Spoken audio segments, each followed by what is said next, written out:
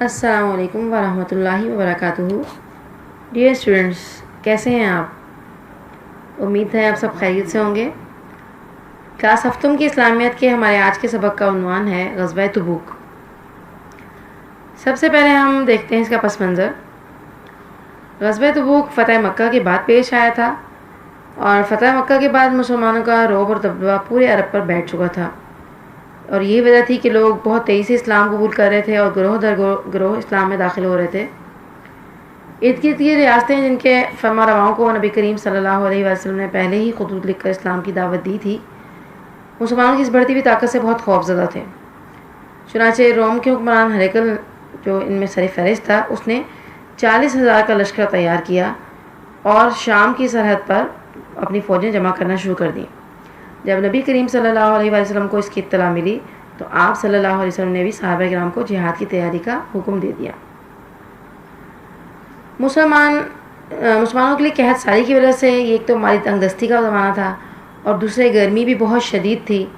نبی کریم صلی اللہ علیہ وسلم کے حکم پر صحابہ کرام نے جہاد کی تیاری میں بھرپور حصہ لیا۔ انہوں نے نبی کریم صلی اللہ علیہ وسلم کے حکم پر لبیک کہتے ہوئے اللہ تعالیٰ کی راہ میں مال خرچ کرنے کی ایسی مثالیں قائم کی کہ جن کو قیامت تک یاد رکھا جائے گا۔ جیسے حضرت ابو بکر صدیق کے بارے میں واقعہ مشہور ہے کہ آپ رضی اللہ عنہ نے اپنے گھر کا سارا سامان لا کر نبی کریم صلی اللہ علیہ وسلم کی خدمت میں پیش کر دیا، اور جب آپ صلی اللہ علیہ وسلم نے ان سے پوچھا، دریافت کیا کہ ابو بکر گھر میں کیا چھوڑا ہے، تو انہوں نے فرمایا کہ یا رسول اللہ، گھر میں اللہ اور اللہ کے رسول کو چھوڑ کر آئے ہیں۔ اسی طرح حضرت عمر فاروق رضی اللہ تعالیٰ عنہ نے اپنے گھر کا آدھا سامان پیش کر دیا۔ حضرت عثمان غنی رضی اللہ تعالیٰ عنہ نے 900 اونٹ اور 100 گھوڑے، یعنی 1000 سواریاں اور 1000 دینار اور 200 اوقیہ چاندی آپ صلی اللہ علیہ وسلم کی خدمت میں پیش کی۔ اس طرح بعض صحابہ جن کی مالی حیثیت اتنی مضبوط نہیں تھی، انہوں نے بھی اپنی حیثیت کے مطابق جہاد میں حصہ لیا اور صدقات پیش کیے۔ جیسے کہ حضرت ابو مسعود فرماتے ہیں کہ ہم مزدوری کیا کرتے تھے اور اسی میں سے صدقہ کیا کرتے تھے۔ ایک صحابی ابو عقیل انصاری جو ہیں، انہوں نے مزدوری کر کے جو کچھ حاصل کیا اس میں 2 سیر کھجوریں تھیں، وہ انہوں نے صدقہ کیں۔ اسی طرح ایک اور صحابی نے بھی اس سے تھوڑا سا زیادہ صدقہ کیا، تو اس پہ بھی منافقین نے ان کا بہت مذاق اڑایا کہ اتنی تھوڑی سی چیز کی اللہ تعالیٰ کو بھلا کیا حاجت ہے۔ بہرحال تمام صحابہ نے اپنی حیثیت کے مطابق کوشش بڑھ چڑھ کے حصہ لیا، اور بعض صحابہ کرام جو تھے وہ اس قدر بے سر و سامان تھے کہ وہ جہادی تیاری میں حصہ نہ لے سکے۔ انہوں نے اپنی جانیں آپ صلی اللہ علیہ وسلم کے سامنے ان کی بارگاہ رسالت میں پیش کرتے ہوئے ان سے گزارش کی کہ انہیں بھی جہاد فی سبیل اللہ میں ساتھ لے جایا جائے۔ آپ صلی اللہ علیہ وسلم نے سواریوں کی کمی کی وجہ سے انہیں مدینہ منورہ میں ہی ٹھہرنے کا حکم دیا۔ تو بعض صحابہ تو ایسے تھے جن کی معذوری ظاہر تھی، جیسے کہ وہ نابینا تھے یا بیمار تھے یا معذور تھے، ان کا عذر تو کھلا ہوا تھا، جبکہ کچھ وہ لوگ تھے جو جہاد میں شرکت کے لیے تیار تھے، بلکہ جہاد میں جانے کے لیے بے قرار تھے، مگر ان کے پاس سفر کے لیے سواری کا جانور نہ تھا، اور ظاہر ہے سفر بھی بہت طویل تھا اور موسم گرمی کا تھا۔ تو انہوں نے اپنے جذبہ جہاد کا اور سواری نہ ہونے کی مجبوری کا ذکر رسول صلی اللہ علیہ وسلم سے کیا، اور درخواست کی کہ ہمارے لیے سواری کا کوئی انتظام کیا جائے۔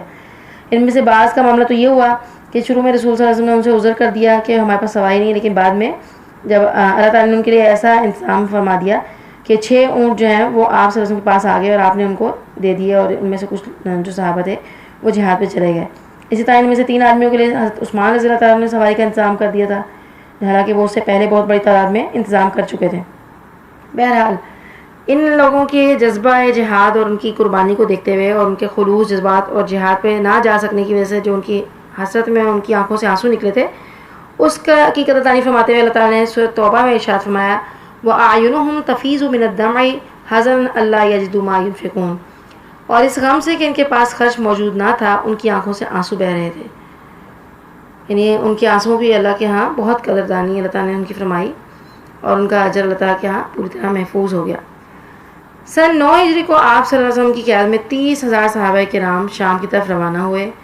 آپ صلی اللہ علیہ وسلم کی زندگی میں یہ مسلمان مجاہدین کی سب سے بڑی تعداد تھی جو کہ کسی جہاد کے لیے روانہ ہوئی تھی۔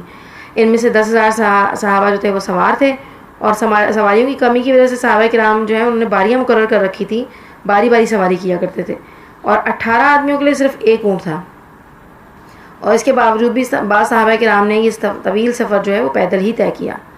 مسلمانوں نے 805 کلومیٹر کا یہ فاصلہ انتہائی استقامت، صبر اور حوصلے اور جمع مردی سے طے کیا۔ سفر کی تمام تر تکالیف کو بہت ہمت سے برداشت کیا، اور سامان کی کمی، گرمی کی شدت اور سفر کی تکلیف کی وجہ سے اس لشکر کو جیش الاسرہ یعنی تنگی کا لشکر کہا جاتا ہے۔ آج ہم یہیں تک سبق اپنا پڑھیں گے اور اب اس کے بعد ہم مشقی سوالات دیکھ لیتے ہیں۔ سب سے پہلے ہے سوال نمبر 1، تفصیلی جواب لکھیں۔ اس میں سوال نمبر 1 ہے، جز الف ہے، غزوہ تبوک کیوں پیش آیا؟ اس میں آپ اس کا پس منظر لکھیں گے کہ کیا وجوہات تھیں جس کی وجہ سے غزوہ تبوک پیش آیا، اور ہریکل نے جو تیاری کی تھی وہ سب اس میں آپ ذکر کریں گے۔